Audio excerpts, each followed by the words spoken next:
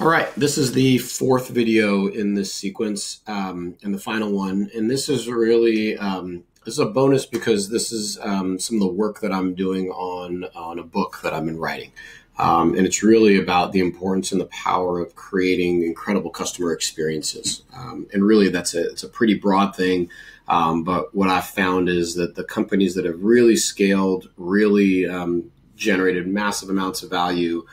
This is really one of those areas that they have focused on. For those of you wondering, this definitely impacts both the performance marketing side of your business and the brand side. So with that, let's jump in. Why do you need to create an incredible customer experience, right? The reality is we all know the world is getting more and more competitive.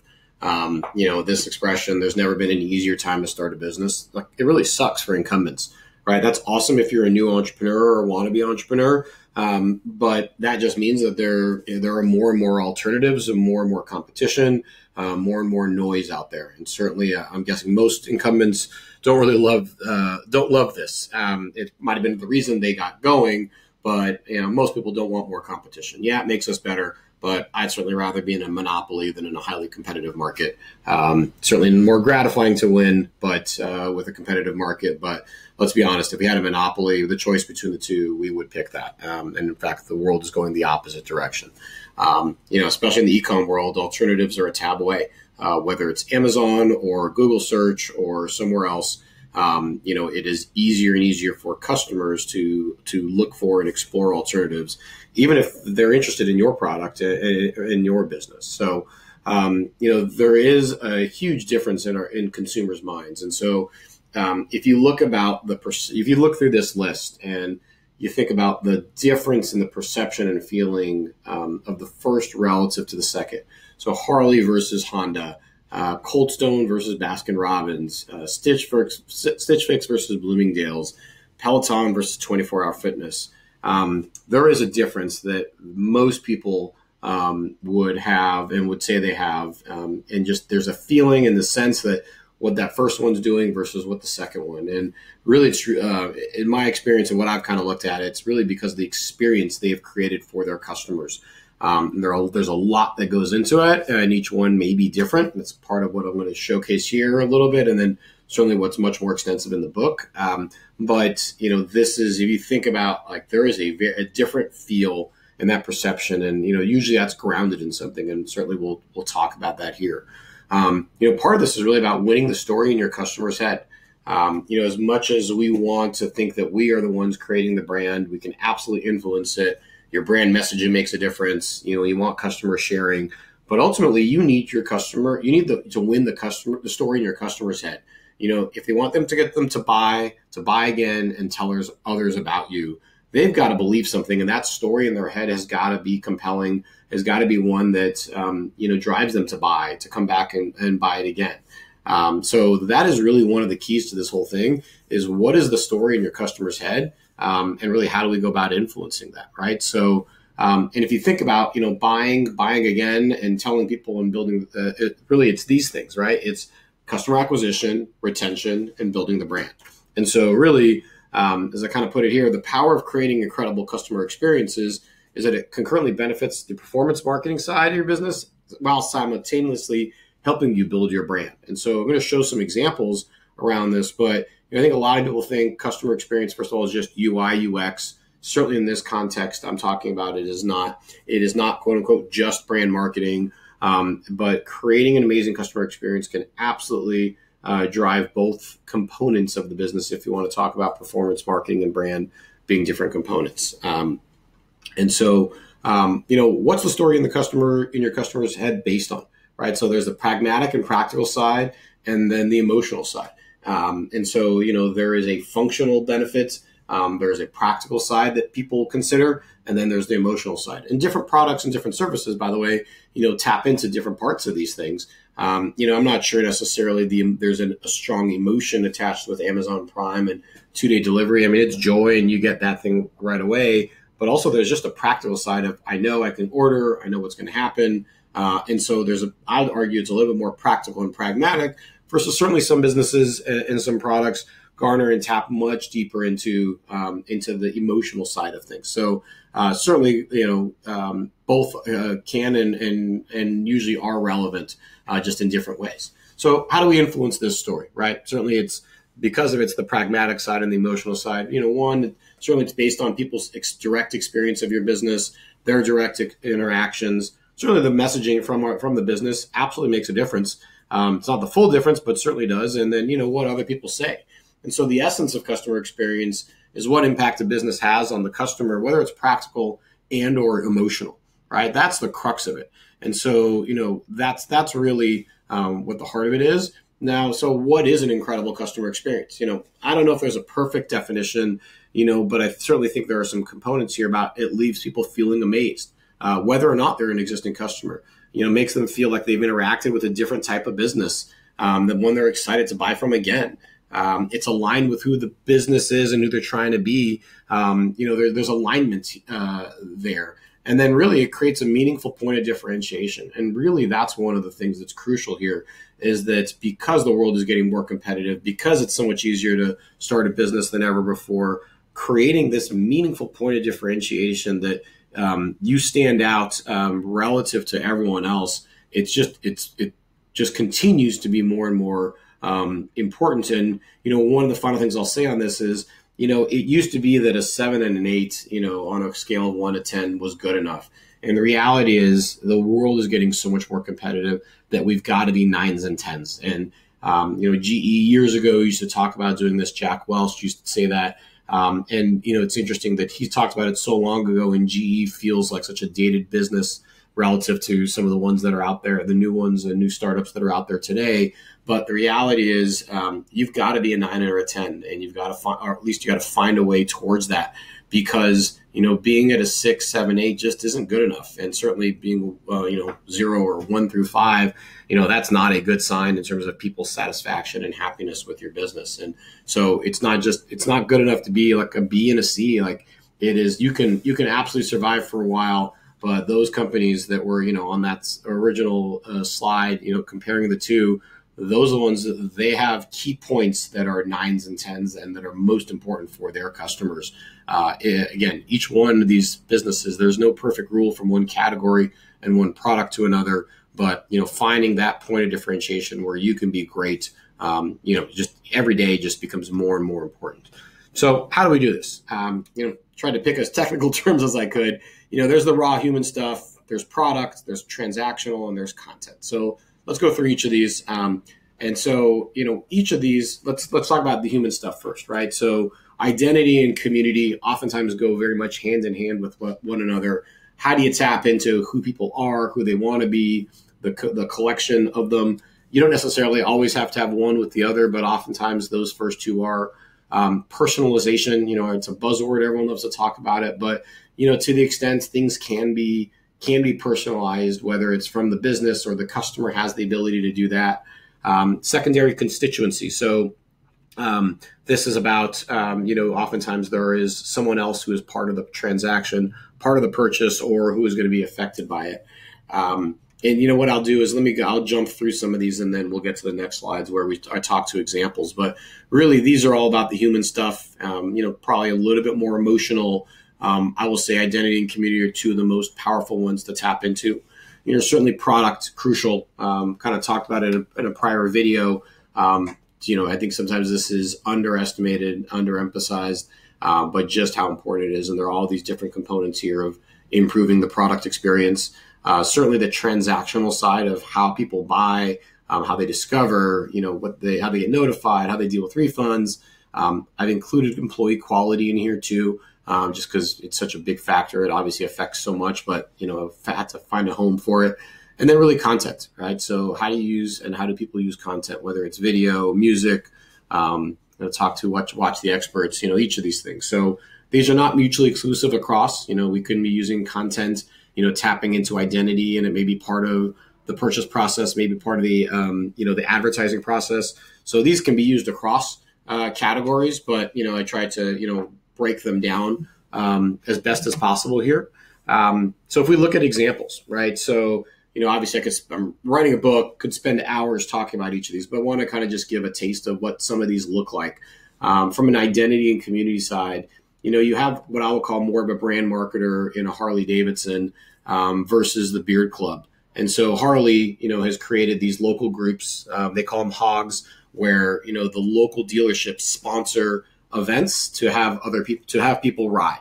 And, what do Harley people love to do? They love to be out on their bike, but sometimes people don't know other folks. And so they've created this experience around what does it mean to be a Harley rider, and they're encouraging and providing the opportunity for people to actually get out on their bike, experience it, because really what Harley has tapped into is this sense of freedom, sense of identity. Typically now, middle-aged folks who want to experience and want to live that Harley life, or want to tap into what Harley represents for them. Contrast that to a company like Beard Club, which was Dollar Beard Club originally. They used identity and community in their Facebook ads to say, you're now talking about what it means to be a bearded man and the brotherhood of being a bearded man. And really, I would say this is certainly much more performance marketing driven than Harley, but they both use identity and community in their own ways. Personalization, again, like there are some examples here. Stitch Fix has used it obviously with their extensive survey, and the way they use that survey and the way they use data and technology to personalize what people get.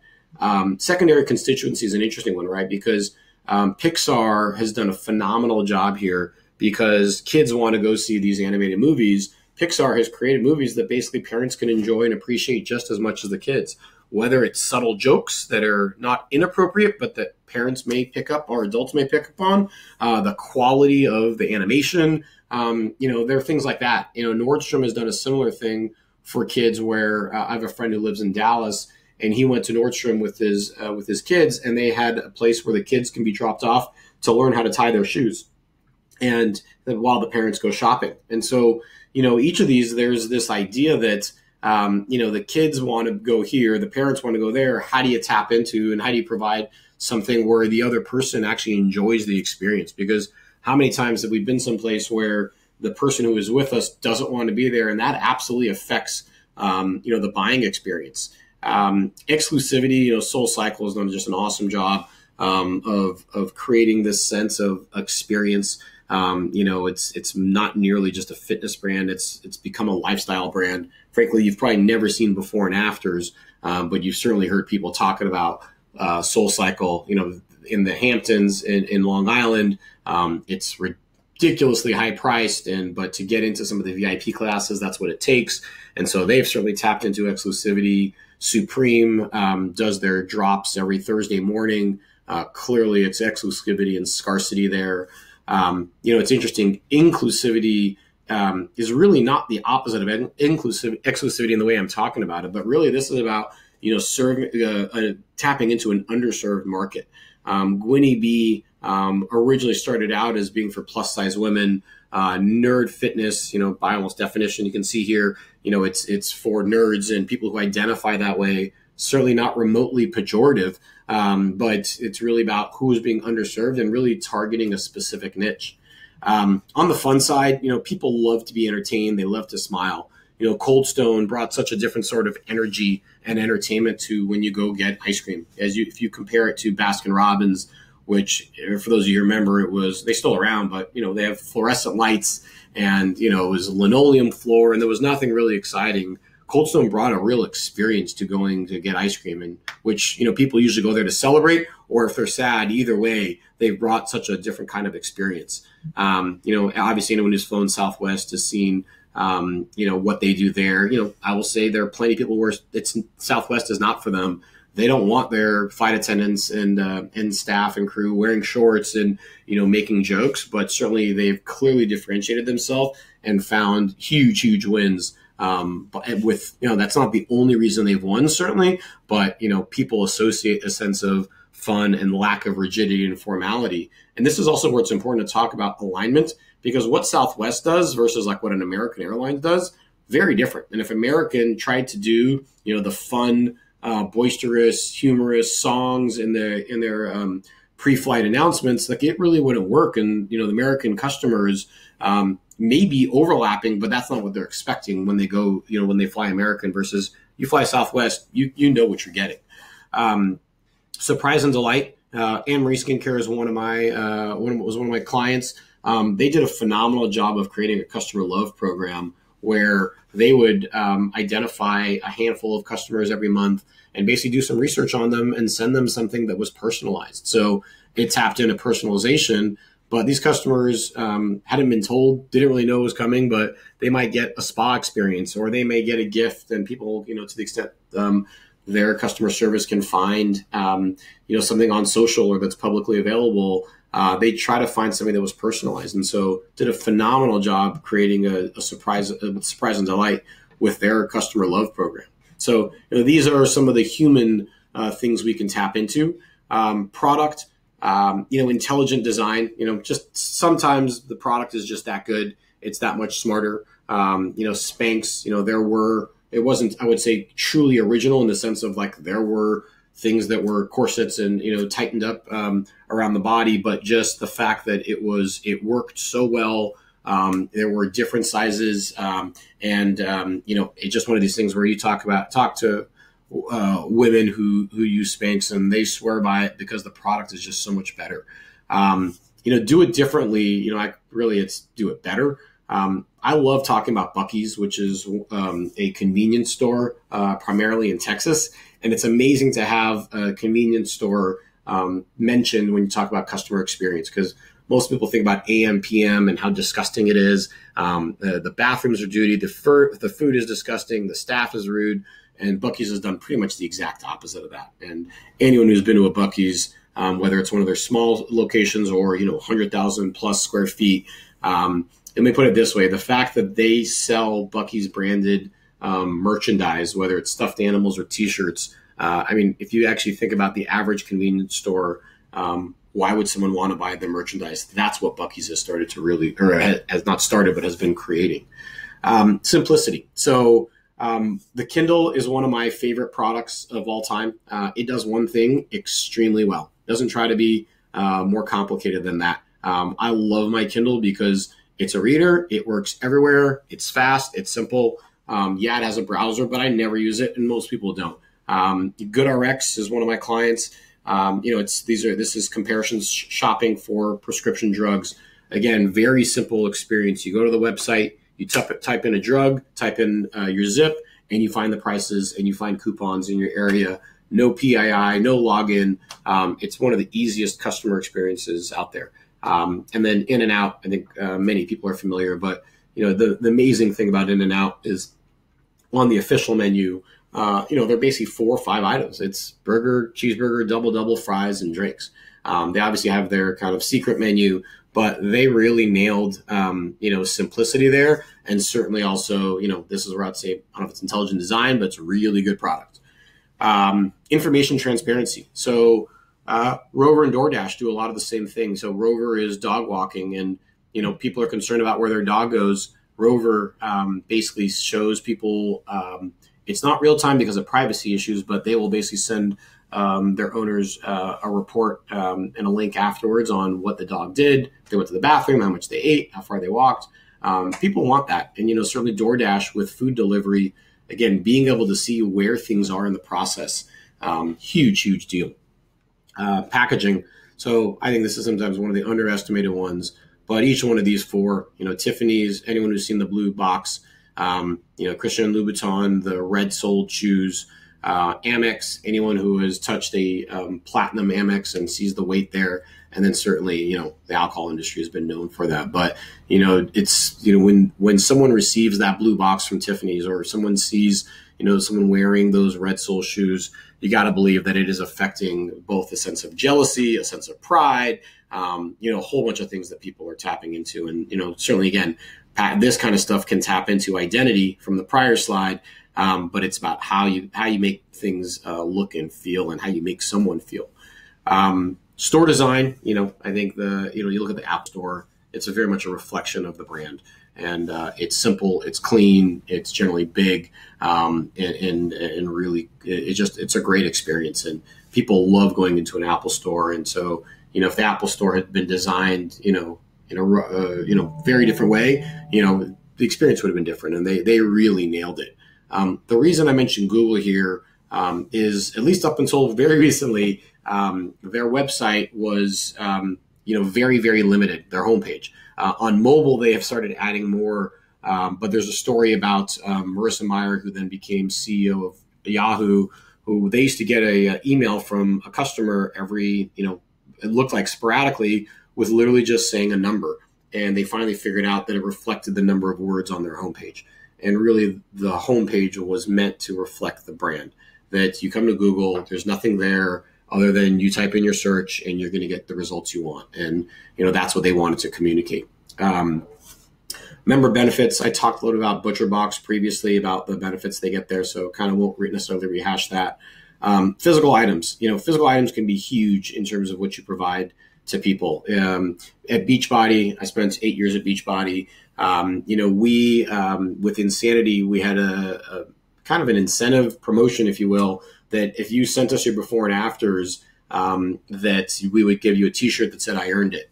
And in part of the building ground Insanity was to be one of the hardest workouts ever put on DVD at that time.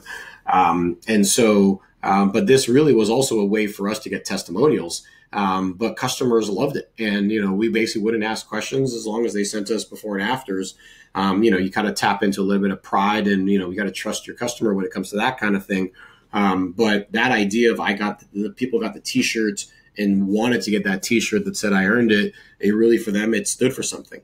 And then, in-person experiences, this is really about, how do you use in-person experience to enhance the brand? Obviously, we kind of talked about Apple, and obviously Disney has nailed this thing really, really well.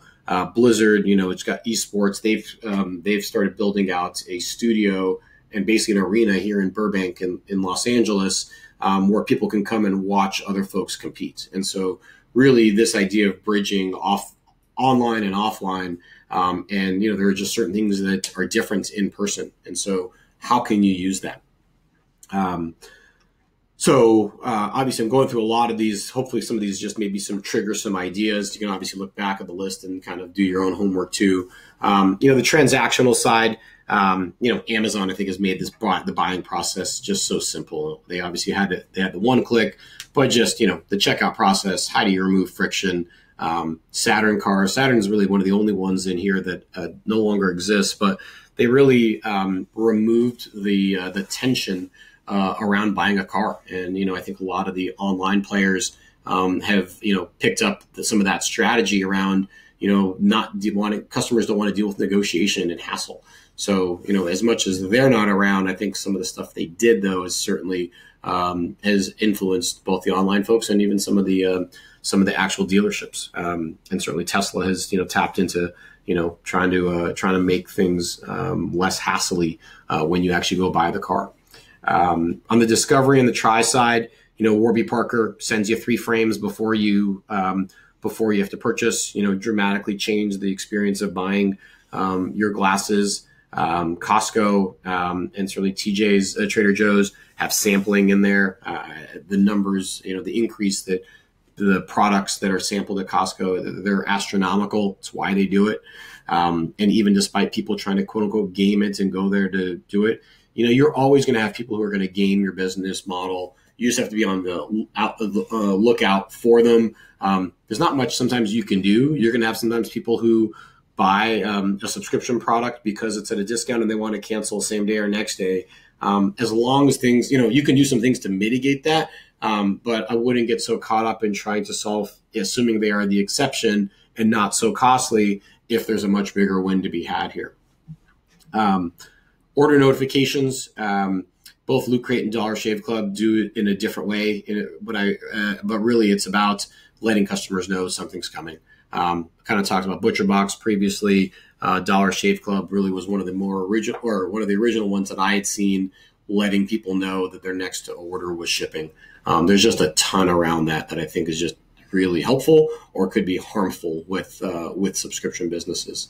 Customer service, kind of obviously a hallmark here. You could put Nordstrom and Amazon on there, but some of these companies have done a phenomenal job on how they treat customers. Spotify has a Twitter handle where they are just really, really good about how they work with their customers on this. On the returns and refund side, I'll mention two of these. So Slack has a policy where if you have, you have a paid, you're tapping into the paid service and you haven't used the service for a while, if you contact them and say, hey, I was traveling for 10 days, didn't use it, they'll actually give you a pro rata refund. Something most people don't know about, but it's obviously they have the margin to do that in software, but it's also just a really, really good thing for their customer. And very people actually tap into this, but it reflects they want their customer to be happy, and it's about kind of helping and doing their customer right. Noble was one of my clients, and one of the things they did almost 18 months ago was they unintentionally oversold. And they launched the product, and for whatever reason, the inventory on the site or the inventory that was available wasn't synced up appropriately with the site. So there were a handful of people that ordered, but they weren't going to have the product available for several months. So what a lot of people will do here is, write an apology, give people, a discount on the next order, which is all fine and dandy, and certainly people will may or may not use it. But when you've screwed up, customers don't want something that's going to have them buy again when they've had a really bad experience. I just had the same thing happen on an airline where they were massively delayed, horrible experience, and they gave me a discount for my next, flight. Or what I'm thinking is, I don't want to fly you again. I've had a really bad experience. Like, why do you think I'm actually going to spend more money when I have so many other alternatives? So what Noble did was they basically gave these customers, again, only a select number of them that they unfortunately had this happen, but they basically allowed them to pick any product on the site, and they would get it for free. And so that's clearly a win for the customer. Customer knows that the business is doing this as an apology. They're not getting anything out of it, even if they never order again. Again, you got to have the margin structure, and you're going to pick this kind of stuff selectively. But what a message to send to customers that clearly shows that you screwed up, and that they're getting something more than just a discount on the next one. Employee quality. Obviously, this is Chick-fil-A. I'll fix that in the doc. But employee quality and just making sure your employees reflect and stand for the brand. They're well trained. They treat the customers as you would expect them or you would want them to. Each of these companies have done a phenomenal job. I'm friends with the folks at Stack Nation, and they are unbelievably passionate about culture and making sure they hire for culture, because they understand that that's going to be reflective of other people internally and their customers. REI, they're generally speaking, their employee quality is really top notch. Again, every one of these examples, you can find the exception and you can find counter examples. It's more about, the vast majority of the time, are they better and than everyone else, and are they matching up to what the brand is trying to stand for? And then finally, content. So everyone talks about video. Red Bull created a media business out of what they were doing, which is just amazing. That they found people love their videos so much that they actually could create a video arm. We talked about Beard Club earlier. Should be the Beard Club. Again, I'll fix that in the doc here. But they use that in Facebook ads. Saddleback Leather. I would really encourage you to go to their website and take a look. They have the founder, CEO, has a 12 or 14-minute video that basically walks through how you would basically knock them off. And what he's doing in that video is going through all the different components of the product, the quality of the leather, the stitching, all these different types of things, and saying, well, if you wanted to knock us off, here's what you would do. You would use cheaper leather. You could use one of these 10 different kinds of cheaper leather, but this is what we use. And if you want to do on the stitching side, on the handle side, and basically what he's doing is he's showing the value of what is a several $100 bag, and showing, in a kind of cheeky way, talking to how people might knock them off, but at the same time, really building the value of it. One of the more, you got to have confidence and you got to know your product is exceptionally good to do that kind of thing, but it's a phenomenal execution on it. Peloton, I could spend forever talking about Peloton. They've just nailed the experience. I will talk about SoulCycle and Peloton in the context of music. When you work out, music is for most people a very big deal. And so they have, one is brick and mortar, one is at home, They've both nailed experience in their own way, but certainly making sure the music is, is top notch when it comes to working out. Both SoulCycle and Peloton have done a phenomenal job there. Watch the experts. So I like this one because, people love to watch others who are really, really good at something. It's why, people go to Benihana is to watch the demonstration of, the chef cooking in front of them, and not just cooking, but, being artistic, having a personality, doing things really fast, things that most of us probably can't do and probably shouldn't do. Twitch, it's similar type of thing. People watching, I think people think that it's just others, folks watching folks play video games, but usually also, you want to watch someone who is technically good. You don't want to watch someone who is bad. But the folks who get the biggest following, like a ninja or someone like that, they have a sense of personality. And, that's also goes to say with Benihana, the chefs that people really love aren't just technically proficient. They are enhancing that technical proficiency with personality, flair, interaction with the customer. So I really love watching the experts. I think most businesses could do some version of that. Spokesperson, the insurance companies certainly have tried using people, or, the Geico, Roz from Progressive.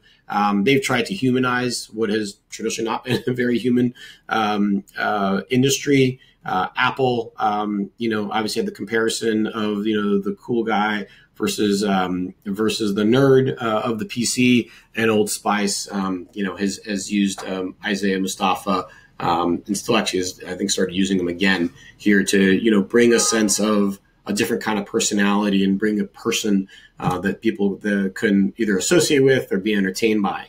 And then finally, it's participation in UGC. Glossier has gotten, what they have done. Obviously, they built the audience first and then built eCom. But the level of sense of community and the way that their customers and frankly just followers and fans participate, create content, continue to evangelize about Glossier, I tip their hat to them because they've done a phenomenal job of really embracing and enrolling their customers and their audience. There's a lot here. So, it's great. It's like, Harry, here's some awesome things. How do we know where to start? So, one thing is you got to define your business goals. What are you trying to achieve? One of the things I like to compare customer experience with is technology, from the side of, like, you may look at some of these things as, hey, that's awesome, I want to apply that. But really, it's got to match up with your business goals. And in particular, when it comes to technology, a lot of times people find a tech, they say, this is awesome tech, or this seems really neat, I got to apply this to my business, as opposed to saying, what are my business strategies? What are my business challenges? What are my opportunities? And what technology is going to help to address that? I would say the same thing here with customer experiences. What are your business goals? Be clear on alignment between who you want to be, maybe who you are and who you want to be, and what you can deliver on. And that goes back to my comparison I made with American and Southwest. The customer is expecting something different. So yes, you can change, and yes, you can migrate and, change how people consider you and what you stand for, but you got to be mindful of this. Ultimately also, who are you going after? Different customers expect, demand, are turned on, turned off by certain things. What do they value and what can you make them value? How can you make certain things actual points of differentiation that separates you from, the alternative? You got to be honest about your strengths and weaknesses you have in your organization.